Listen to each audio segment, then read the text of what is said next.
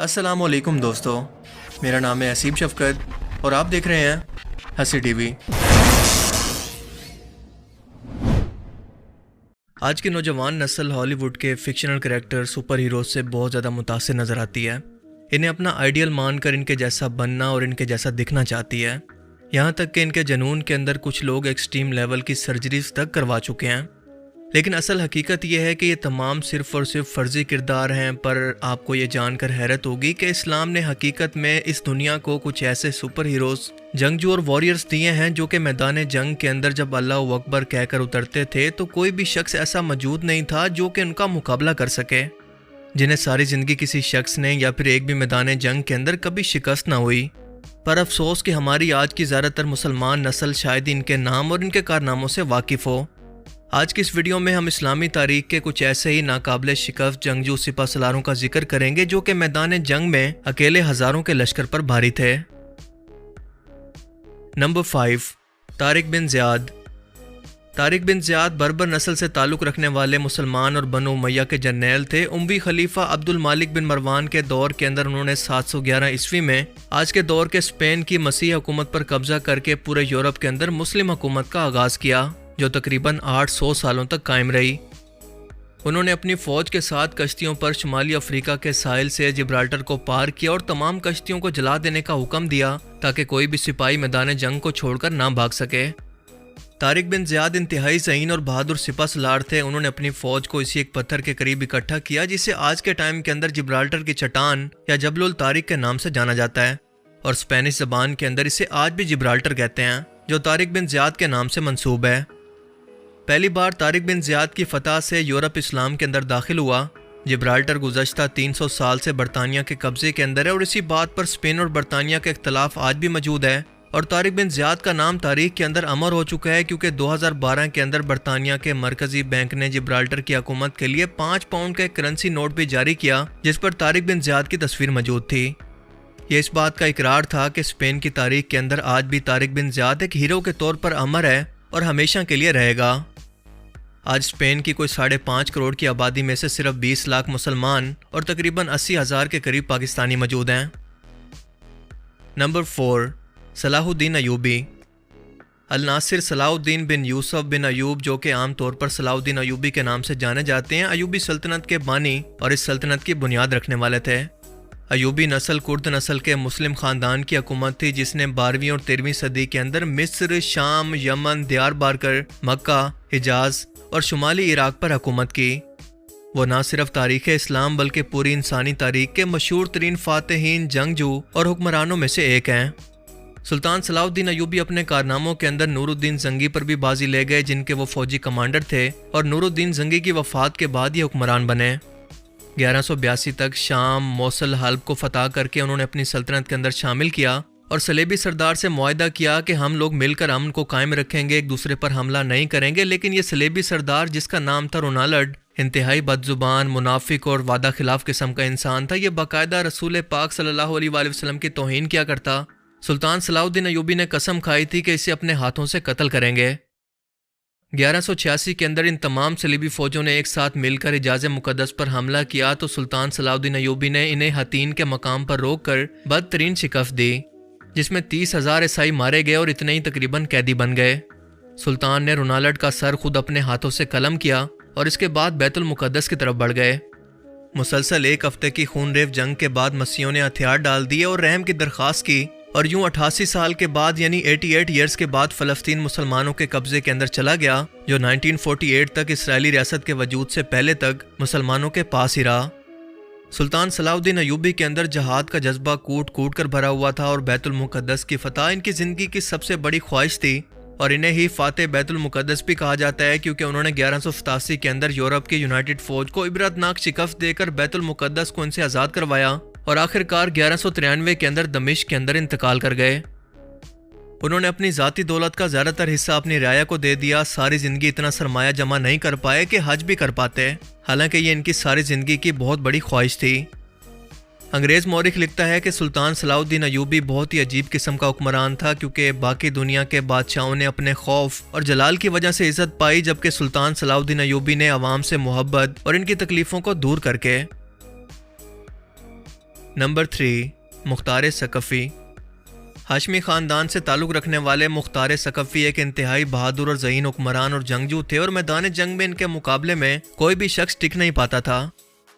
ان کی بہادری کا خوف پورے عالم اسلام کے اندر پھیلا ہوا تھا، اور مختار ثقفی اسلامی تاریخ کے ان چند حکمرانوں میں سے ایک ہیں جنہوں نے بنو امیہ کے خلاف تلوار اٹھائی اور کربلا میں امام حسین علیہ السلام اور ان کے گھر والوں کی شہادت کا بدلہ اپنے ساتھیوں کے ساتھ مل کر چن کر ایک ایک قاتل کو قتل کر کے اور ان سے بدلہ لے کر کیا۔ سینکڑوں قاتلان حسین کو انہوں نے قتل کیا، جس کے اندر شمر بھی شامل تھا، جس نے امام حسین علیہ السلام کا سر جسم سے علیحدہ کر کے نیزے پر لٹکا کر دمشق کے اندر بھجوایا تھا، اور ہرملہ بھی، جس نے امام حسین علیہ السلام کے 6 ماہ کے بیٹے علی اصغر کو تیر سے شہید کیا تھا۔ اہل بیت سے ان کی محبت قابل رشک تھی۔ امام حسین علیہ السلام کو شہید کرنے والی فوج کے کمانڈر عمر سعد اور عراق کے گورنر ابن زاد کے سر کو جب امیر مختار نے امام زین العابدین کو بھیجا، جو کہ بیماری کی وجہ سے کربلا کے اندر شہید ہونے سے بچ گئے تھے کیونکہ وہ اپنی بیماری کی وجہ سے مدینہ کے اندر ہی رہ گئے تھے، تو امام زین العابدین نے امیر مختار کے حق کے اندر دعائے خیر فرمائی۔ اسی طرح سے امام محمد باقر نے کہا کہ مختار کو گالی نہ دو کیونکہ اس نے ہمارے قاتلوں کو قتل کیا اور ہمارے خون کا قصاص لیا۔ ان کے والد کا نام ابو عبیدہ ثقفی تھا، جنہوں نے حضرت عمر کے دور کے اندر عراق کی ایک مہم کے اندر سپہ سالار بن کر قیادت کی، جس میں وہ شہید ہو گئے تھے۔ مختار ثقفی کی عبداللہ بن زبیر سے شدید اختلافات کی بنیاد پر جنگ ہوئی۔ ادھر دوسری طرف بنو امیہ کی حکومت اور ان کی نواس رسول صلی اللہ علیہ وآلہ وسلم اور اہل بیت سے دشمنی، جن کے سپاہیوں کو امیر مختار نے خود اپنے ہاتھوں سے قتل کیا تھا، اور اسی وجہ سے ان کا اقتدار ان سے چھن گیا، اور عبداللہ بن زبیر کے بھائی مصعب کے ہاتھوں یہ شہید ہو گئے۔ اور امیر مختار کی دشمنی کے اندر بنو امیہ نے ان کے خلاف خود ساختہ نئی باتیں شامل کر دی کہ انہیں جھوٹا اور نبوت کا دعوے کرنے والا شخص کہہ دیا، لیکن اس سب سے کوئی فرق نہیں پڑا کیونکہ میدان جنگ کے اندر امیر مختار کے لیول کا طاقتور شخص ان کے کارناموں کی وجہ سے تاریخ کے اندر بہت ہی کم دیکھنے کو ملتا ہے۔ نمبر 2، خالد بن ولید۔ تاریخ انسانی کے ایسے واحد کمانڈر جو کہ جب بت پرست تھے نہ تب کوئی جنگ ہارے اور نہ ہی اسلام لانے کے بعد پوری زندگی کے اندر کوئی ایک بھی جنگ ہارے۔ خالد بن ولید، جنہیں سیف اللہ یعنی اللہ کی تلوار کہا جاتا ہے، ان کی بہادری کے قصے پورے عرب کے اندر مشہور تھے۔ حالانکہ رومن اور پرشین امپائر اس وقت سپر پاور تھی، مگر ان دونوں کے کمانڈر خالد بن ولید کے سامنے کھڑے ہونے سے گھبراتے تھے۔ وہ ہمیشہ اپنی فوج کو فرنٹ سے لیڈ کیا کرتے تھے اور میدان جنگ کے درمیان میں مخالف فوج کے اندر گھس کر ان کو قتل کیا کرتے۔ ایک ایک جنگ کے اندر ان کے ہاتھوں سے کئی تلواریں ٹوٹ جایا کرتی۔ اپنی سمجھداری، چلاکی، منصوبہ بندی اور بہادری سے وہ کبھی کوئی جنگ نہیں ہارے۔ رومن اور پرشین امپائر کے لیے وہ ایک بہت ہی ڈراؤنا خواب تھے، اور جنگ موتا کے اندر رسول پاک صلی اللہ علیہ وآلہ وسلم کے حکم پر خالد بن ولید نے جب پہلی بار اسلام قبول کر کے ایک سپاہی کے طور پر شرکت کی تو اس جنگ میں سب سے پہلے کمانڈر تھے زید۔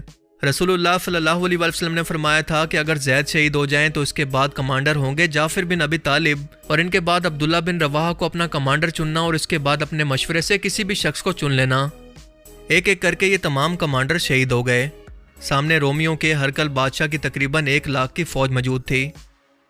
ایسے میں مسلمانوں نے فوج کے ایک سپاہی خالد بن ولید کو اپنا سپہ سالار منتخب کیا اور جھنڈا ان کے ہاتھوں میں دے دیا۔ حضرت خالد بن ولید نے میدان جنگ کے اندر ایک پرجوش اور ولولہ انگیز تقریر کی، اور اس کے بعد اچانک سے رومیوں پر حملہ کر دیا۔ رومی اس اچانک اور بھرپور حملے کے لیے ذہنی طور پر تیار نہیں تھے، چنانچہ وہ بدحواس ہو کر شکست کھا کر بھاگ گئے۔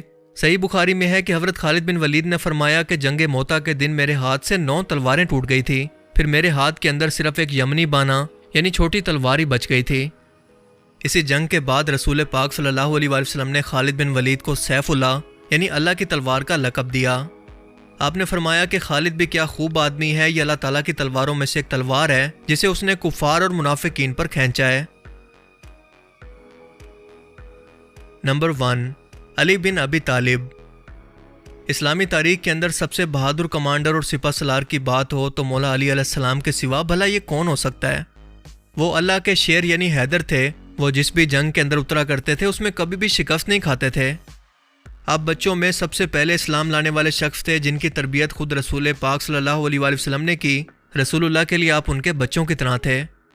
مولا علی علیہ السلام رسول پاک صلی اللہ علیہ وآلہ وسلم کو اپنی جان سے بھی بڑھ کر پیار کیا کرتے اور ان کی حفاظت کے لیے ہر ممکن کوشش کرتے۔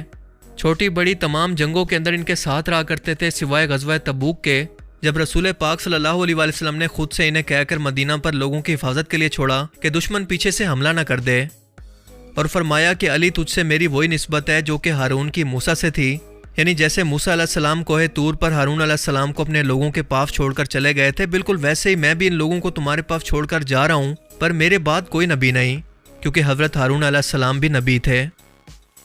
مولا علی علیہ السلام کی بہادری کو چھوٹی سی ویڈیو کے اندر ایکسپلین کرنا ممکن نہیں، بس آپ یہ جان لیں کہ میدان جنگ کے اندر وہ سب سے آگے بڑھ کر ہمیشہ نہ صرف مسلمانوں کو لیڈ کرتے بلکہ عرب کے کفار کو یا ان کے سپہ سالاروں کو سب سے پہلے خود قتل کیا کرتے۔ آپ کی بہادری کا پورے عرب کے اندر چرچا تھا، جنہوں نے غزوہ خیبر پر مرب جیسے پہلوان کو قتل کیا، جو اکیلا کئی لوگوں پر بھاری تھا اور لوگ صرف اس کا نام سن کر اس کا سامنا کرنے سے ڈرتے تھے۔ مولا علی علیہ السلام نے خود جنگ خیبر کے موقع پر قلعے کے دروازے کو اکھاڑ کر پھینک دیا، جس کو کئی لوگ مل کر بھی نہیں اٹھا سکتے تھے۔ آپ نے بنو امیہ کے خلاف جنگ جمل، جنگ صفین اور خوارجیوں کے خلاف جنگ نیروان بھی لڑی، اور ہر جنگ کے اندر آپ کو اللہ کی طرف سے فتح نصیب ہوئی۔ حضرت علی کے جیسا بہادر، نیک، سمجھدار اور رسول اللہ صلی اللہ علیہ وسلم کے راستے پر چلنے والا خلیفہ دنیا نے ان کے بعد نہ کبھی دیکھا اور نہ کبھی ان کے جیسا کوئی اور ہوگا، کیونکہ وہ بلا شبہ اسلامی تاریخ کے سب سے بہادر، ذہین اور نیک جنگجو اور حکمران تھے، جو کہ میدان جنگ کے اندر کبھی بھی دشمن کے سامنے نہ جھکے اور نہ کبھی جیت کے بغیر واپس مڑے۔ تو کیا آپ لوگ اسلامی تاریخ کے ان سپر ہیروز کے بارے میں آج سے پہلے جانتے تھے؟ مجھے کمنٹ سیکشن میں ضرور بتانا۔ اب میں ملوں گا آپ سے ایک ایسی نئی انٹرسٹنگ ویڈیو میں۔ اپنا بہت سارا خیال رکھیے گا۔